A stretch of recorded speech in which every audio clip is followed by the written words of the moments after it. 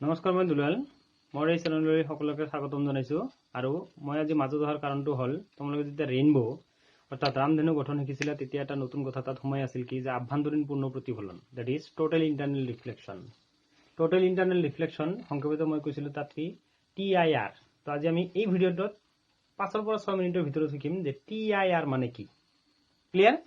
তো TIR অৰ্থাৎ আভ্যন্তৰীণ পূৰ্ণ প্ৰতিফলন, তাৰ কাৰণে প্ৰথমতে এটা কথা মনত কৰিবা যে আমি যেতিয়া পোহৰৰ প্ৰতিফলন পঢ়িছিলোঁ, ঘনৰ পৰা লঘু পোহৰশ্মি ঘনৰ মাধ্যমৰ পৰা লঘু মাধ্যমলৈ আহিলে কি হৈছিল যে অবিলম্বৰ পৰা আঁতৰি যায় আছিল না। এই কথাটো মনত কৰিব লাগিব কি যে পোহৰশ্মি ঘনৰ পৰা যদি পাতল মাধ্যমলৈ আহে তেতিয়া অবিলম্বৰ পৰা আঁতৰি যায়। তো এতিয়া আমি শিকিম যে আভ্যন্তৰীণ পূৰ্ণ প্ৰতিফলন কি। সাপোজ এইটো এটা পানী ভৰ্তি পাত্ৰ, ইয়াত কি আছে? পানী আছে। ইয়াত মই এটা কি ৰাখিছো? Torch light. ওকে, ইয়াত আছে পানী, ইয়াত আছে কি? বায়ু। তো মাধ্যম দুটাৰ সন্ধিতল কোণটো এইটো, ইয়াত পানী, এইটো কি আছে? বায়ু। পোহৰশ্মি কি হ'ব? ইয়াৰ পৰা এনেকে ইয়াতো আহিব, ইয়াতো আহিব, ইয়াতে বেলেগ বেলেগ ঠাইত আহিব না নাই? নিশ্চয় আহিব। আৰু বেলেগ নলওঁ, যদি ইয়াত আহে ধুনীয়াকৈ ইয়াত এনেকৈ পাৰ হৈ যাব। কাৰণ এই যে লম্বভাৱে যেতিয়া কোনো পোহৰশ্মি এটা মাধ্যমৰ পৰা বেলেগ মাধ্যমত যায় তাৰ দিশৰ কোনো পৰিৱৰ্তন নহয়। এইটো আমি পোহৰৰ প্ৰতিফলনটো পাইছিলোঁ। জাষ্ট ইয়াত কি হয়?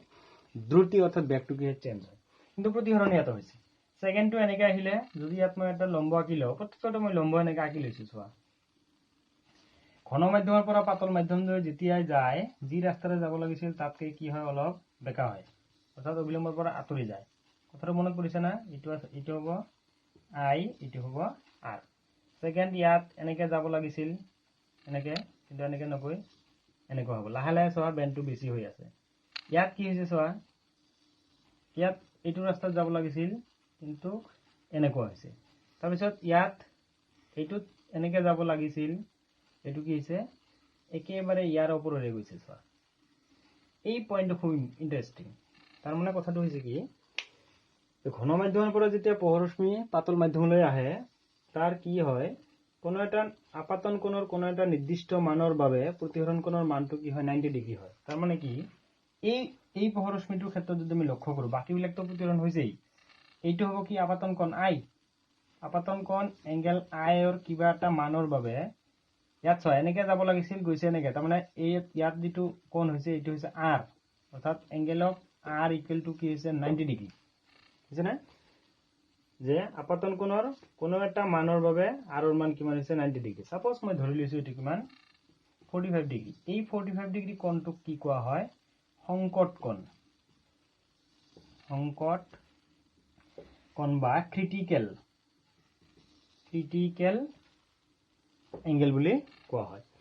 এইবাৰ ছেকেণ্ড কথা, এতিয়াও আমাৰ আভ্যন্তৰীণ পূৰ্ণ প্ৰতিফলন হোৱা নাই। আভ্যন্তৰীণ পূৰ্ণ প্ৰতিফলন কি হ'ব? ইয়াৰ পিছত আৰু এটা পোহৰশ্মি যেতিয়া ইয়াত আহি আপাতিত হ'ব, ইয়াত যদি মই অভিলম্ব টানি লওঁ, এনেকৈ যাব লাগিছিল, বাট এইবাৰ কি নহয়? চোৱা, ইয়াৰ আগতটোৱে আমাৰ একদম মাধ্যম যুগ্মৰ ওপৰলৈ আহিছিল, এইবাৰ কিন্তু এনেকৈ ঘূৰি আহিব। তাৰমানে ঘটনাটো কি হৈছে? চোৱা, 1 2 3 4 5 6 6টা পোহৰশ্মি লোৱা হৈছে। তাৰ 4টাই কি কৰিছে? প্ৰতিফলিত ৰশ্মিটো পাতল মাধ্যমতে আছে। 5 নম্বৰটো আছে কি যে এই পানী পৃষ্ঠৰ ওপৰেৰে, অৰ্থাৎ দুটা মাধ্যমত যিটো সন্ধিতলৰ মাজেৰে গৈছে, অৰ্থাৎ 90 ডিগ্ৰী হৈছে। 6 নম্বৰ কণ্ডিশ্যনটোত কি হৈছে? চোৱা, যে আপাতন কোণৰ যি মানৰ বাবে পোহৰশ্মি কি হৈছে? ইয়াত প্ৰতিফলিত হৈছে, সম্পূৰ্ণ পোহৰশ্মি ঘূৰি আহিছে, ইয়াত কোনো ধৰণৰ পাতল মাধ্যমলৈ যোৱা নাই। এই ধৰণৰ প্ৰতিফলনটোক কি কোৱা হয়? আভ্যন্তৰীণ পূৰ্ণ প্ৰতিফলন। আভ্যন্তৰীণ কিয়? যিহেতু এটা মাধ্যমৰ ভিতৰতে হৈছে। চোৱা, গোটেইখিনি ইয়াত হৈছে। চোৱা, আভ্যন্তৰীণ। পূৰ্ণ কিয়? পোহৰশ্মি ইয়াত অলপো যোৱা নাই, গোটেইখিনি ঘূৰি আহিছে, দ্যাটছ পূৰ্ণ। যিহেতুকে এটা মাধ্যমত আছে তাক কি কোৱা হয়? প্ৰতিফলন। সংক্ষেপে কি কোৱা হয়? TIR। ক্লিয়াৰ? তো কি শিকিলো? সংকট কোণ আৰু আভ্যন্তৰীণ পূৰ্ণ প্ৰতিফলন। ইয়াত দুটা কথা লাগিব। সংকট কোণ কি? আপাতন কোণৰ যি মান, ঘন মাধ্যমৰ আপাতন কোণৰ যি মানৰ বাবে প্ৰতিফলন পাতল মাধ্যমৰ প্ৰতিফলন কোণৰ মান কি হয়? 90 ডিগ্ৰী হয়, তাক কি কোৱা হয়?